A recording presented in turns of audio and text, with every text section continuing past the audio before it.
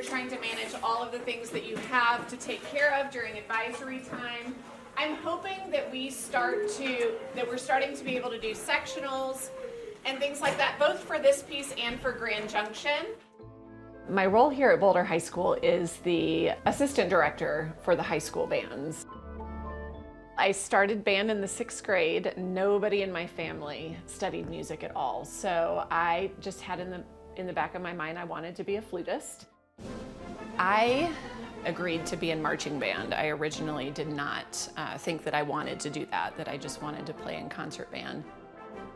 And then I was named one of the drum majors. In that process, conducting and being able to run rehearsals, I decided that that's what I wanted to do for my career.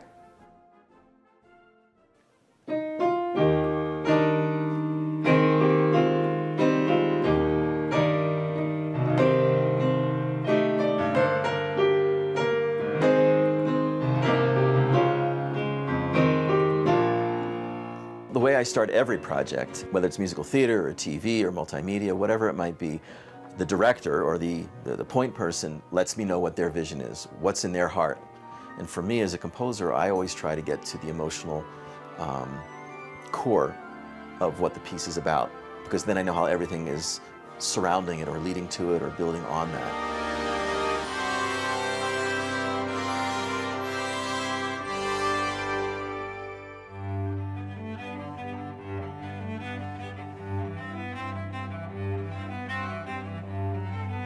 I was originally diagnosed with breast cancer in 2014.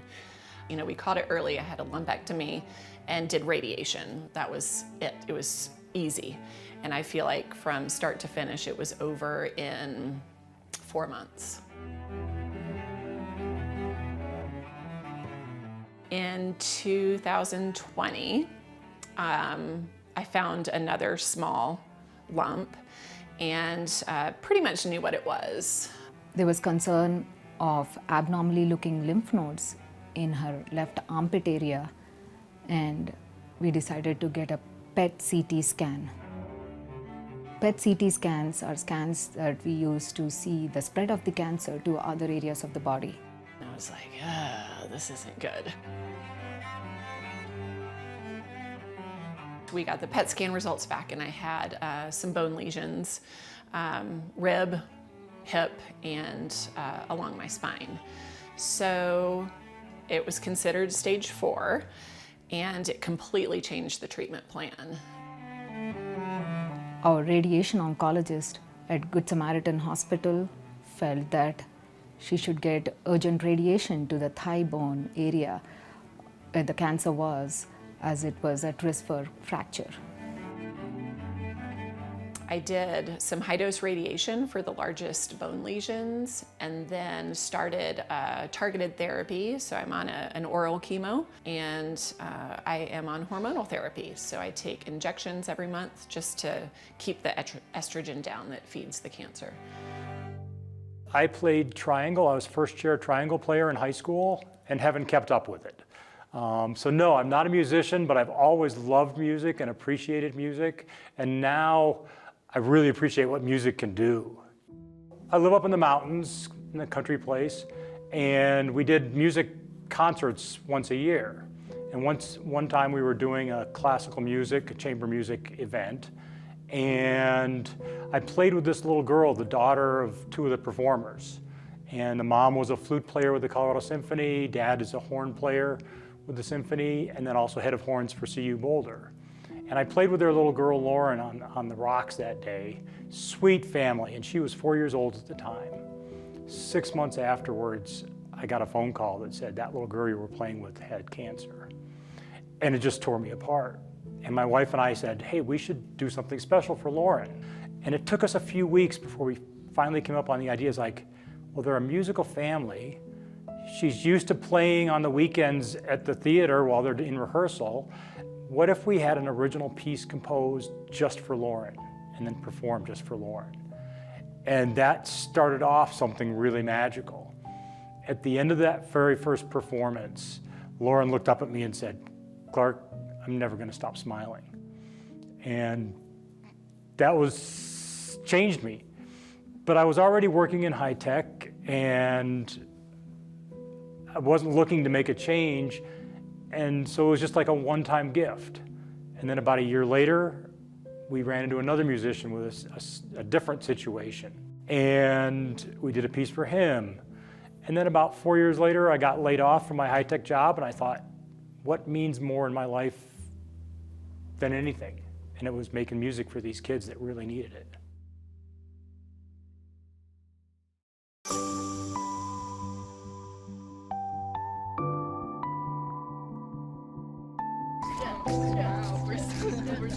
When she got her first diagnosis, we were all pretty young. We didn't really know what was happening or understand the extent of it. I never expected her to get a second diagnosis ever. So that, I think the second time around, it was a lot harder because we were also going through a lot of family stuff. But her drive and determination always has inspired me, always.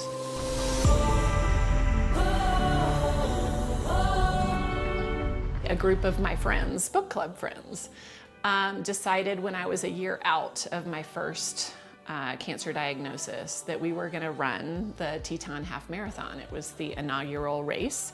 So a group of us went and did that half marathon. And that's probably what kick-started my endurance training.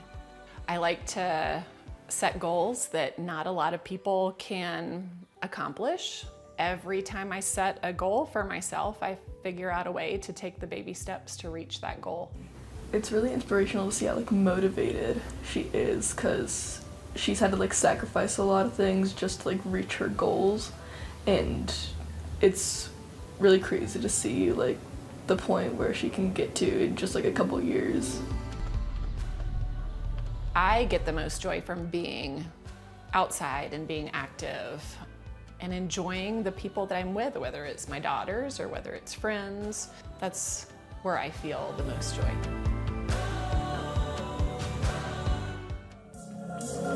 From Erie, Colorado, Jennifer Dunn, you are an Ironman. It was never on my radar until my friend and coach, Randy Solar, said, 2020 is the time to do a full Ironman. That's gonna be cool. And I said, well, maybe by the time I'm 50. And he said, no, 2020 is the year to do it. And then COVID hit, and I was re-diagnosed with breast cancer and decided to defer to 2021, and I was able to complete that race.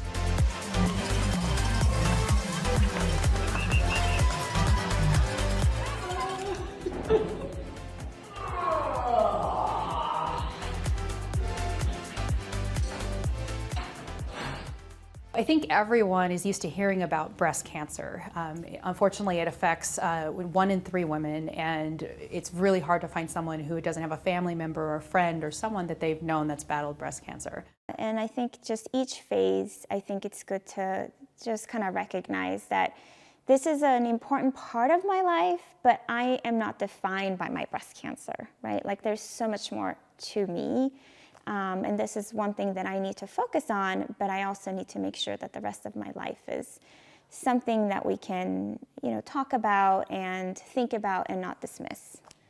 She has to do PET scans and a lot of things, sometimes blood draws and stuff like that. Advances in science, technology, and research are not only helping us understand more about cancer, but also leading to treatments and better outcomes for patients like Jenn. I gave myself 24 hours to be worried, to be scared, to be sad, to be angry. And then I just decided that a positive mindset and staying active and healthy was going to help me in my treatment and recovery.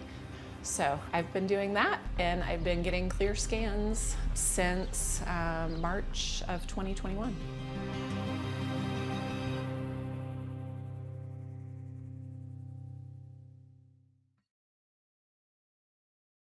Clark Hodge, who's the head of Chase the Music, and I have been friends for a number of years. And from time to time, we would say, let's collaborate on something, and it never was the right time. And then he called me up and said, I have something that I think you would be the right person for. Let's talk about it. And I immediately took to the theme of the project and the mission of the project, and I was on board. Piccolo, measured 21 beat 3. That should be an F, not a G flat. I talk about it being, we're putting together a puzzle. And so we have a number of pieces of the puzzle. Could we try to make it a little bit quieter at the same tempo? Like lighter. So with Jennifer's piece, it started with Jennifer. We learned about Jennifer and her cancer, and she's got 3 kids, but not only does she have 3 kids that she's supporting going through this, she's also got a whole classroom full of band students. So these kids are going through this cancer journey with her, and now we've realized we've got who we want to perform for. We also realized that the band would be the perfect performers, her band, because they're emotionally engaged. The tighter the puzzle pieces fit together, the better. David Wall, he just fit perfectly. He does this style of music, he's done a lot of bigger productions, and it just fits perfect. I got to work, and getting to work means getting to the piano or taking a walk and just kind of thinking about the spirit of the work and what is the basic pulse, what's the feeling of the piece. And so I knew I wanted something heroic as the main theme. And here's a theme that I rejected, but I wrote it down and I worked it out and everything, but here's just a little bit of it. 1, 2, 3.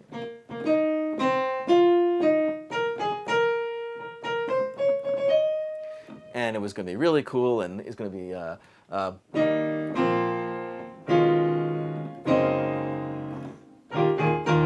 something like that.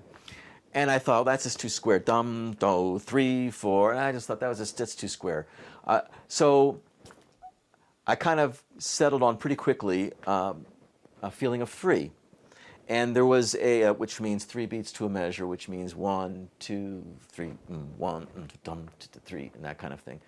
And I was working on another piece for a show of mine, and that theme that I had rejected in that piece came back to mind for this work, and this is what I came up with.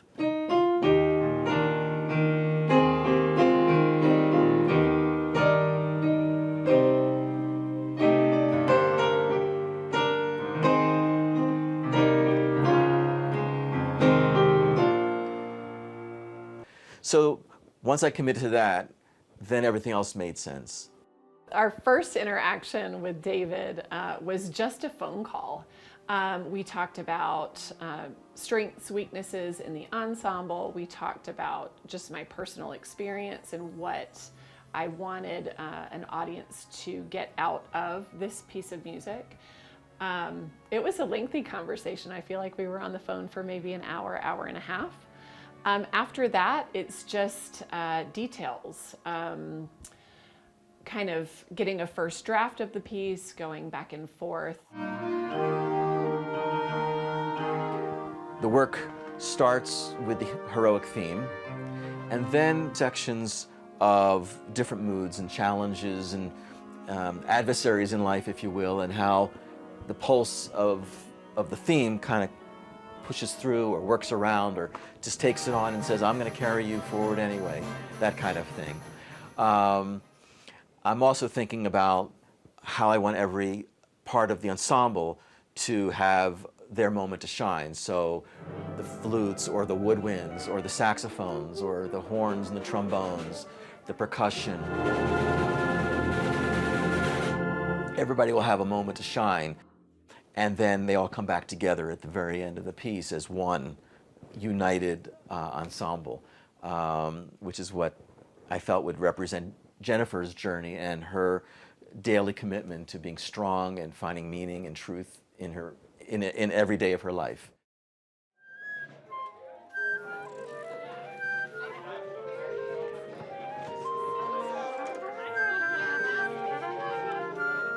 Here we go.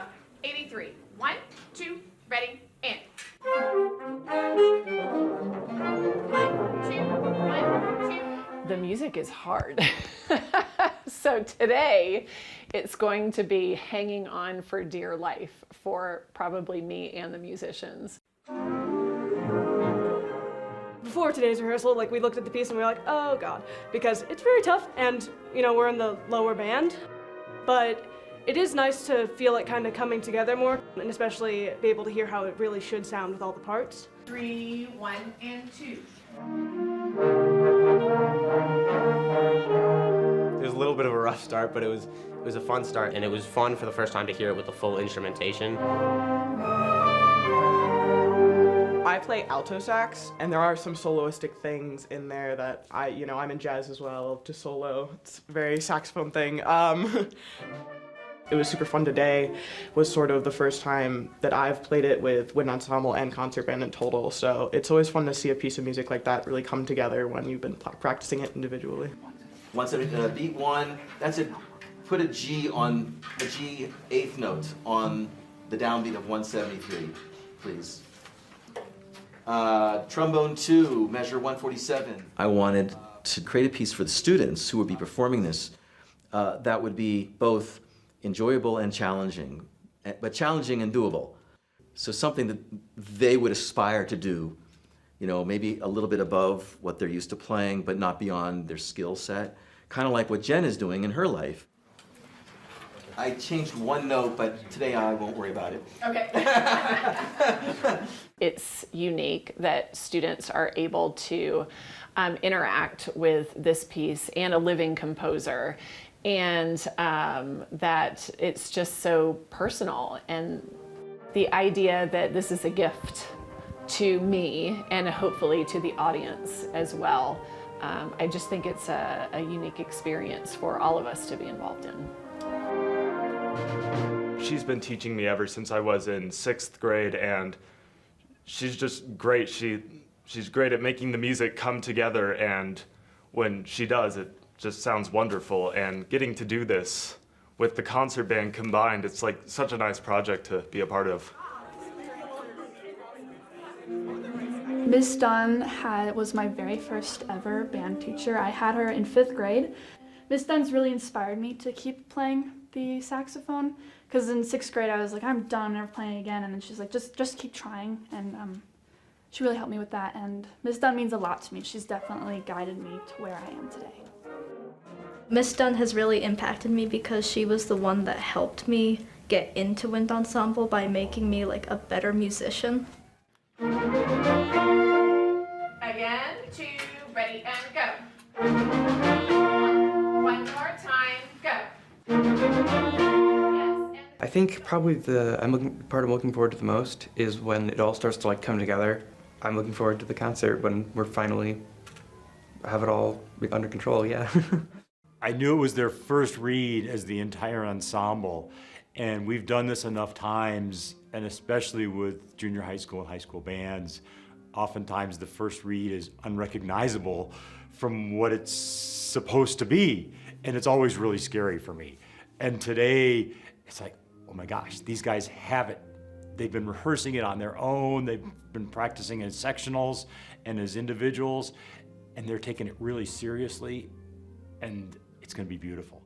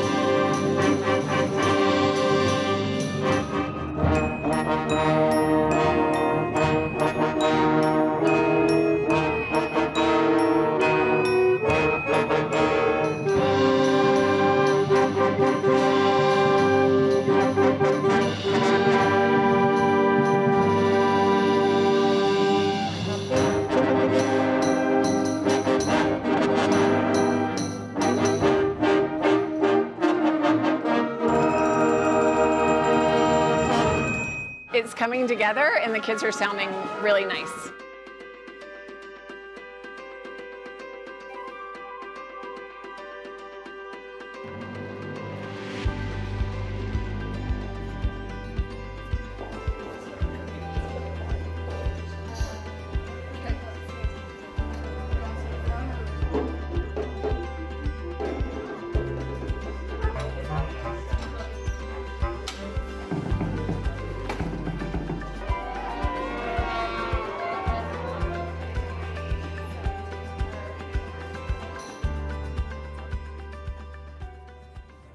Hope for tomorrow, strength today, love from others, and joy in self. Hi, I'm Clark Hodge with Chase the Music. And Chase the Music is an organization that brings children battling critical conditions hope, strength, love, and joy. We do this with original music composed and performed for these kids. Tonight, I'm excited to introduce a brand new piece that will be world premiering, called Triumph. Several years ago, you may know, Jennifer beat breast cancer. And unfortunately, last year, it came back with a vengeance, and she's fighting it now. And Jennifer's gonna triumph. I wasn't going to speak, and I'm not going to make it too long. But when I looked at the flute part, the original intent was for me to play the ending cadenza, and I looked at it, and that was way outside of my skill level in year 22 of teaching. So I asked a very special student teacher who actually did one day in person with me before COVID hit, Liz Richardson, to come in and play the flute part, and I'd like to introduce her as our soloist tonight.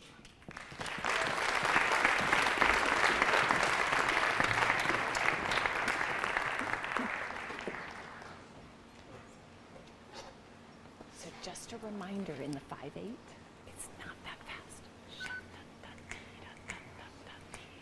Okay.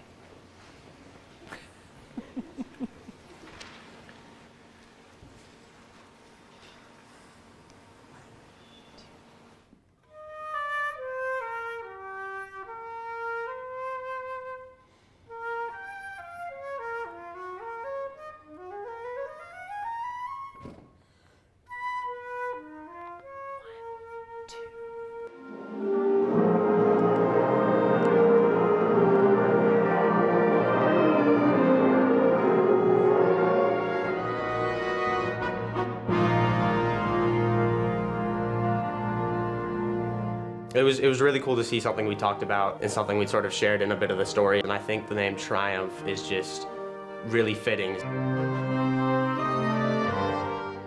It's just a very amazing thing to see this piece of music that really symbolizes her journey. We get to play something for Miss Dunn and give back to her what she's given to us.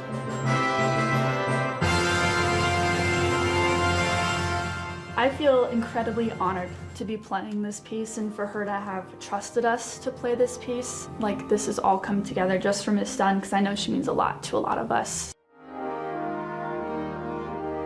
We've put so much time and effort into such an awesome project, and then it all comes together in the end. That's such a great feeling. No matter what kind of hardships you're going through in your life, if you have the grit, the determination, I think you can achieve what all you want.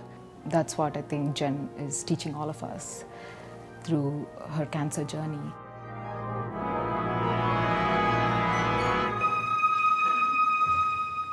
It's just an amazing gift. There's no greater gift to a musician than the gift of music. I'm humbled and honored to be a part of it.